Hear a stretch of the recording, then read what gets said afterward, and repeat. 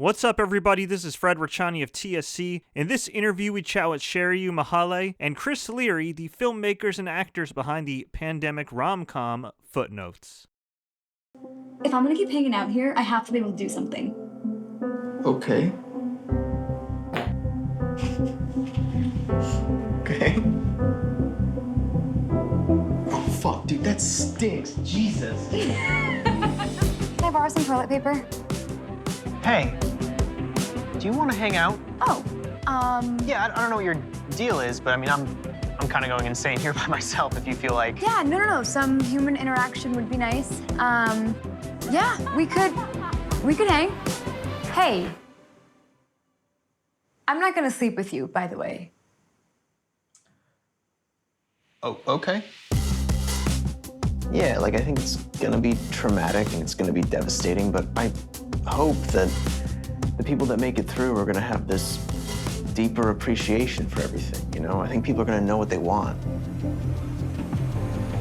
Hi. I don't know why you're taking this so personally. We were friends. No, we weren't. Apurna, if we were friends, you would have called me the day Nikki showed up, okay? And he wouldn't have looked so shocked to see me standing there when you guys got home. I don't know, sometimes I feel like I gave up this good thing because I thought my life was supposed to be special or something. And now I'm like, if the world ended tomorrow, I wouldn't even be a footnote. I think that kind of depends on who's writing the book, no? Here, I thought things were gonna get awkward. Oh, it's not. Yeah. Well, Sharayu Mahale, thank you so much for joining us. We just presented the trailer for Footnotes, coming to a film festival near you. This is a pandemic romance film, or is it? Very interesting, very topical, extremely relatable, I think, for a lot of film goers. Can you tell us how you got involved with this film?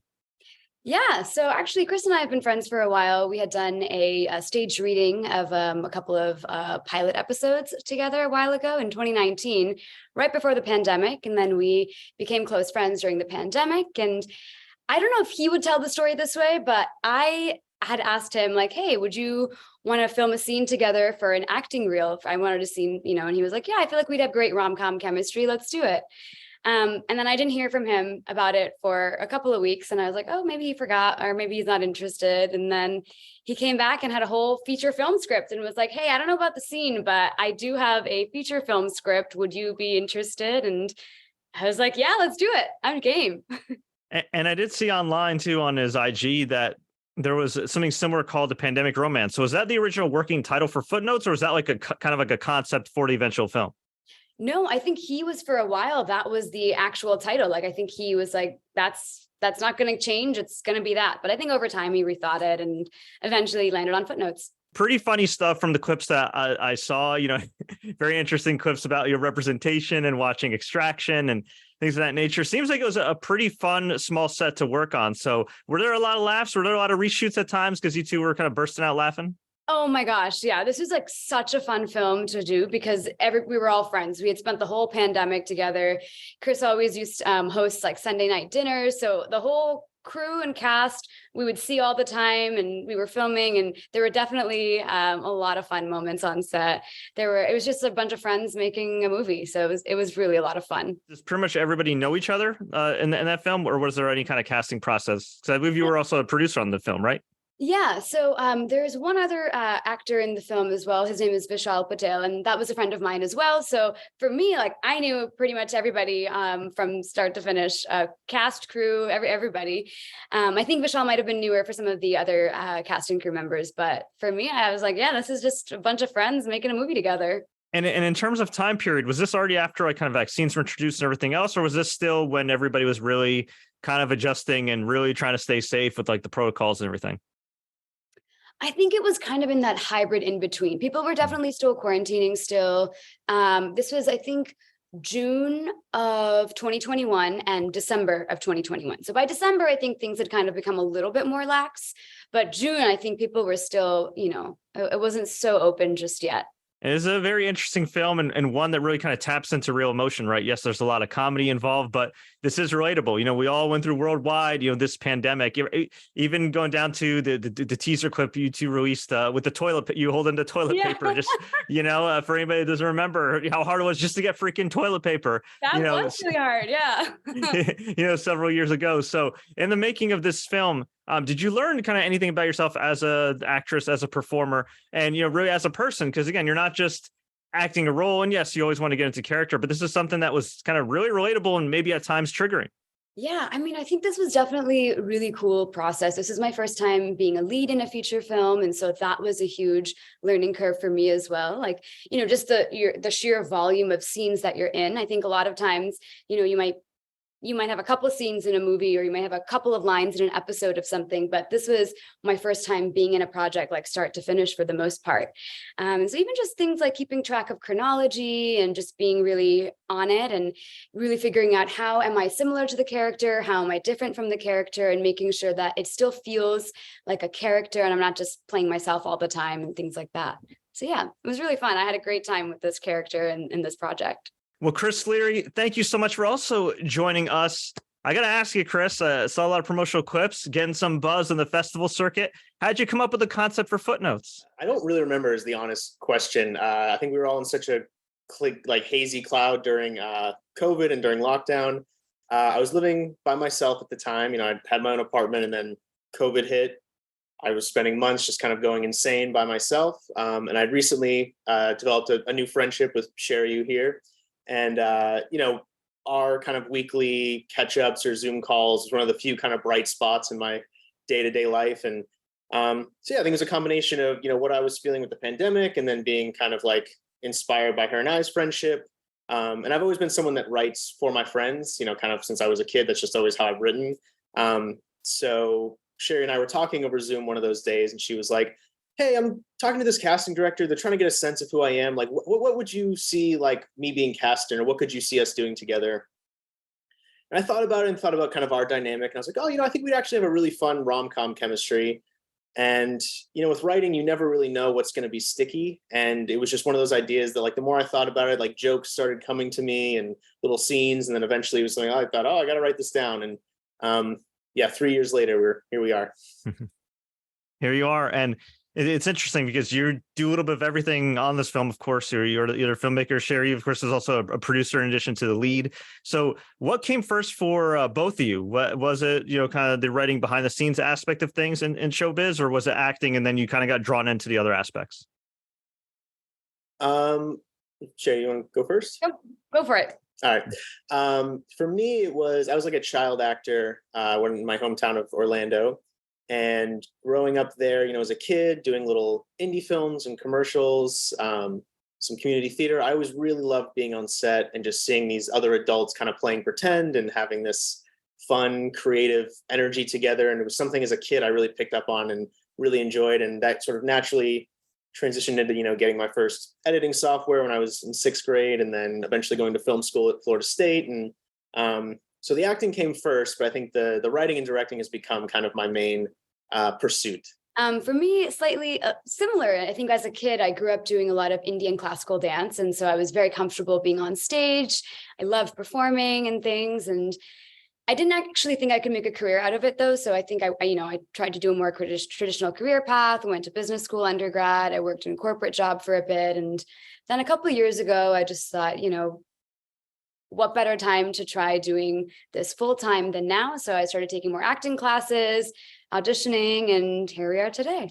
And I think the producing came more from, as I was auditioning, I started realizing like, I'm not really seeing the types of roles being written for me, like they're being cast in different ethnicities and whatnot. And so I was like, I feel like if I lean more into producing, I would be able to create those opportunities in those roles, or, at least be a part of the process outside of just this roles that I'm being offered. And I would assume you probably had some ideas to work together in the past before this coming to fruition? A little bit. We had met we did a play together, I think in November of 2019.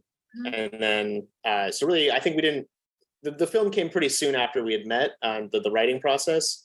But even in that short time, another friend of Sherry's was making a short film, and she knew I because we had met as actors, but she knew I knew my way around a camera and invited me to come shoot that. And so we had collaborated a few times before this. Awesome. And then in terms of the festival circuit and what you've seen, obviously, I'm sure long term you want to get distribution and all that jazz and get more people to see it to a wider audience. What's your kind of overall assessment, Chris, of the current state of the film industry? I mean, on one hand, there are so many options and that could be a little overwhelming. On the other hand, that could also be fantastic for filmmakers like yourself to get your work out there.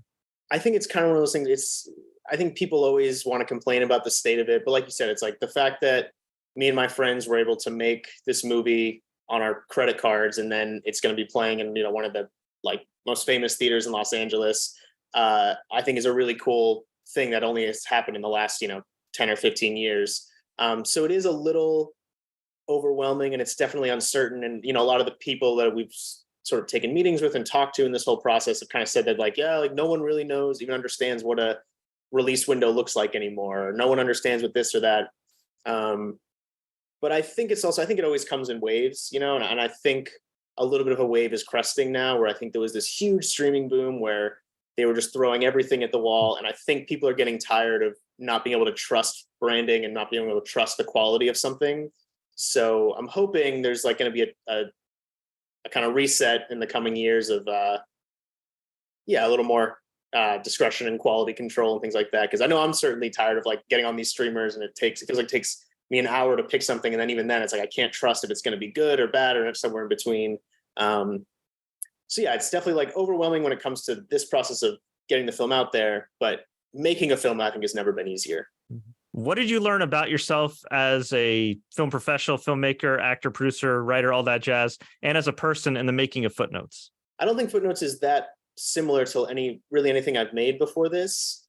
And I think a lot of that came from really kind of diving into my own life and getting really personal on the page. And I think just learning that I was capable of being brave in some of this stuff. There's definitely some stuff in there that's kind of a deep vein for me. And I think just how rewarding it was to really, and even things we shot at LAX for a day, and that was, everyone, it's how'd you do that? And it's I just asked. And I think just learning that I had the bravery to just ask for what I wanted and get it done. And because I'd always acted, I've directed plenty, but I think really producing something of this size, this was the first time for me. And so learning that I was capable of that, I think was my biggest lesson. That's great. And for both of you too, how important is it to have a great team around you? Obviously, you were both blessed to be friends and have friends work on this project, but just in general, I mean, it takes a lot to make a film, to get it out there, especially in these crazy trying times like these the last 3 years. So just can you talk about a little bit how important it is to have a great support system? Most days, 90% of the days on this shoot was myself, Sharayu, my friend Hunter, my friend Victor, who was our producer and cinematographer, just the five of us in an apartment and a sound mixer, working kind of unstructured hours, just doing anything we could to get the film over the line. And that's something, everyone believed in the project, but it's something I think at this level and at this budget, you can really only get done if the people you're working with have love for you and believe in you. And you have to mean more to them than the project when you're working at this kind of small project. Yeah, and it was actually really inspiring to see that as well. I mean, these were friends that you've had since college, which is, you've really put time and effort into cultivating and building that relationship over time. And they're more than happy and willing to go above and beyond for you specifically, which is which is really cool to see. And I think most directors any project requires that level of commitment. And that was really cool to see you achieve that. Yeah. And similar with how we found Vishal, the other lead actor in the project, was just another friend of Sherry's, where it was we were looking for this third lead. She was a little more tapped into the acting community in LA. And I was do you have anyone in mind that you think could be good? And she's I got a good friend. He's helping with, we used to be neighbors, funny enough, in relation to the story. Yeah, we were neighbors. Yeah. and again, I think it was the fact that, he cared about Sharayu. They were friends. I think that was the reason he kind of took my email when I was hey, I don't really have any money to pay you, but here's the script. Here's my other work if you're interested. And again, it just required when we gave Vishal the role, it was for, the whole movie, but mostly we were shooting the Los Angeles portion, which he has one scene in. And I was so if you'll come out and shoot this for us, and then 6 or 7 months later, if you'll come back and fly out to Boston with us to shoot your main portion. And it was just a big commitment on his end, coming in totally blind, not knowing us. And again, it all was built on those friendships and in those relationships. That's great. And yeah, it all worked out. And yeah, from some of the promotional clips I saw, he sounds like he has a great role in the film. So definitely looking forward to that. He's fantastic in it. Yeah. Great. Yeah. Now we always like to ask our guests some kind of random and rapid fire questions just to get to know them better. But I want to give the floor to you to let us know where we can find Footnotes next, and then we'll get to know you a little bit better. Where to find it next is TBD. We're still out to some festivals, waiting to hear back from some, and then hopefully kind of building off the momentum of Dances with Films. We'll have some distributors interested and try to get it out there. So coming soon, but what exactly that looks like, we don't know. But follow us on Instagram at Footnotes Movie. And hopefully coming soon. Excellent. All right. Rapid fire and random question round. First one for both of you. All-time and you can just throw out some names. All-time favorite actors and filmmakers who've inspired you. Hilary Swank, $1 Million Baby. I think like the best movie star performance ever is Michael J. Fox in Back to the Future. Oh, there you go. Now, you mentioned part of this movie was filmed in Boston, if I heard that correctly. Okay, so are you from Boston? I am. Okay. Funny enough, I am as well, but I was born there, but I grew up in Florida. But I was born there. My father worked on the space shuttle program, so we moved down there when I was like 6. So yeah, that was kind of a weird coincidence that I ended up going back to where I was born to finish making my first movie. Yeah, hang on. There, so. Hey, hang on. So your dad worked on the space shuttle program. So what did you ever think about going into NASA, or was kind of the arts always on your eye? I think STEM was definitely I think if I didn't get into any film schools, I think UCLA for physics was the place I got into. So that was definitely on the back burner. But I definitely, I think my father being the rocket scientist was the one that pushed me the hardest into the arts. He's always loved movies, and a lot of my early relationship to movies comes through him. So, I think the arts were always on the radar from a young age. Are there any projects that both of you have done, or just if you could pick one that you would say is kind of underrated that you'd really love for the audience to check out? I have a short film on HBO Max called Unmothered, and it's a really emotional, very serious note, kind of different from the vibe of Footnotes, but it's on HBO Max. It's called Unmothered, and yeah. I did this horror movie called Fear Farm a few years ago, and it's when you talk about rapid fire, like things that have inspired you, it's like it was always on my bucket list to do a really classic teen slasher movie. This is definitely that. So it's it's a very ridiculous, silly movie, but it's a lot of fun. We had a ton of fun making it. I think it's a very quick, easy 70-minute watch. So check it out if you have. I think it's on Tubi now, or maybe Amazon. What was your most awkward moment in the filming of Footnotes? Could be something wacky, crazy that happened during the filming that maybe was chaotic at the time, but makes for a funny story now. I have one. Do you have one? Do you want to go first? You can go ahead. Yeah, you go ahead. So one of the scenes in the film we filmed in a car. And so I don't know if you've ever seen what a car mount looks like. It was my first time seeing what that was like as well. But there's like an expensive camera on the hood of a car, and there's a lot of things required to strap it into place and make sure that it doesn't move. And so we were driving around my neighborhood with the car mount. There's like multiple people. There's 2 people in the car. Chris and the team are somewhere else. And this is sound mixer in the trunk of the car. Yeah, and this is in Ashland. This is in LA, where people recognize a camera sight on scene. Yeah, this is urban Ashland, Massachusetts, where nothing ever really films. And so we're driving around the neighborhood, and I get a text from my neighbor that's like, "Hey, is this you guys?" And it's like he's like sent a video of like, all of us and this car. And apparently we were the talk of the town. People were sending messages in group chats and Facebook groups and whatnot, trying to figure out what was going on. Is this like a gun? Like, should we be calling the police? Like, people thought there was like a insurrection tank just moving through this neighborhood. They were so confused. And I was like, and luckily he texted me in time, but it was people were really curious and worried as to what that was. It was really embarrassing for me because I feel like I should have probably mentioned it to them, but it was really funny. We all got a laugh out of that. Yeah, and then that was very funny. I don't know about awkward, but the most tense I ever was on set, and it's kind of built, it was like, there's a scene. So we shot mostly in July in LA, then we shot in December in Boston, but in between we had one little scene to shoot between Sharayu and Vishal that takes place in a hotel room overnight.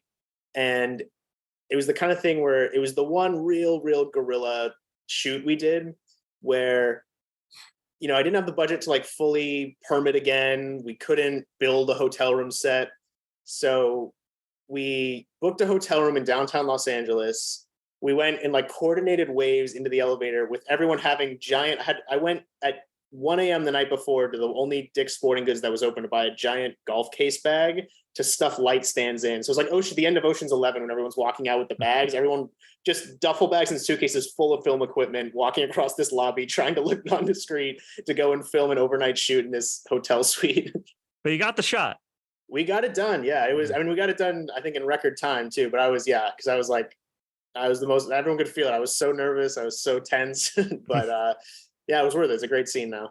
What's the best advice you give anybody for success in filmmaking and just the film industry in general? Personally, from what I've seen in this project and the way Chris kind of carried everything out, I was like, start building your team like now, even if you don't know what you're working towards or what, like start building your team now and start investing in the community around you now, because you never know when they'll be there to help you or vice versa. I was just thinking about this a few hours ago, actually, where there's this really conventional, or there's this thing, especially with actors, where it's like, oh, I don't work for copy and credit anymore. I don't do this. And I think that's good advice, and that you should get paid for what you do. But at the same time, if you feel like there's a project that has some merit and is worth its salt, start doing don't be afraid to do a favor, because it's like, if you help your friend out with a project, then they'll be more willing to help you, and be earnest about it and be genuine, but just invest in the local independent community and get your name out there, get your face out there. And then the other advice I always give to, especially like people that want to write and direct, is to really make sure your script is tight before you go to shoot. Because I think most times when people get asked this question, the advice is always like, just make it, just do it, just get out there, just do it, just make it. And I think, again, that is good advice, but I've seen a lot of people who are so eager to shoot and to edit and to have a finished product that they don't make sure their script is really tight to begin with.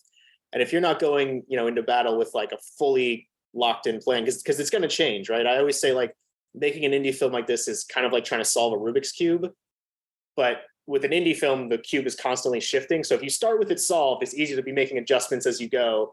If you have kind of a mess, it's harder to just get it all to match up. So there's so much problem solving. There's so much changing on the fly that's going to happen, that if you don't have a really good, tight script that everyone can kind of lock into, it just makes it so much harder. Very well said. Fantastic advice from both of you. And we chatter another high note. Why should people watch Footnotes? Because it has Sharayu Mahale, and she's, very good. And no, it's funny. It's got heart. I think the funniest thing is most people that have seen it have told me, I never thought I'd be nostalgic for lockdown. And I think the movie, there's been so much kind of negativity and, harping on the trauma of COVID, which is all there. But I think in this movie, it kind of looks back at, like, there also was like a blossoming of a lot of, I made friends during that time that, and existing friendships became a lot stronger. I realized what was important to me. So I think it kind of looks at COVID in a different light in that sense. Yeah, I 100% agree with that. I'm going to piggyback off of that. Truly, like, I think when I really think about COVID, it's like there were some highlights in it. Obviously it was like an upsetting time for a lot of people, but there were definitely some sweet moments. And I'm a little nostalgic of some parts of COVID. Definitely looking forward to people checking out Footnotes coming to a film festival near you. Before we let you two go, where can we find you online, and where can we find you next? I'm on Instagram and TikTok too, at Sharayu Mahale. That's SHARAYU MAHALE. And I'm on Instagram at that Chris Leary, and you can find the film at Footnotes Movie. Chris, Sharayu, thank you so much for your time. Can't wait to check out Footnotes at a film festival near you.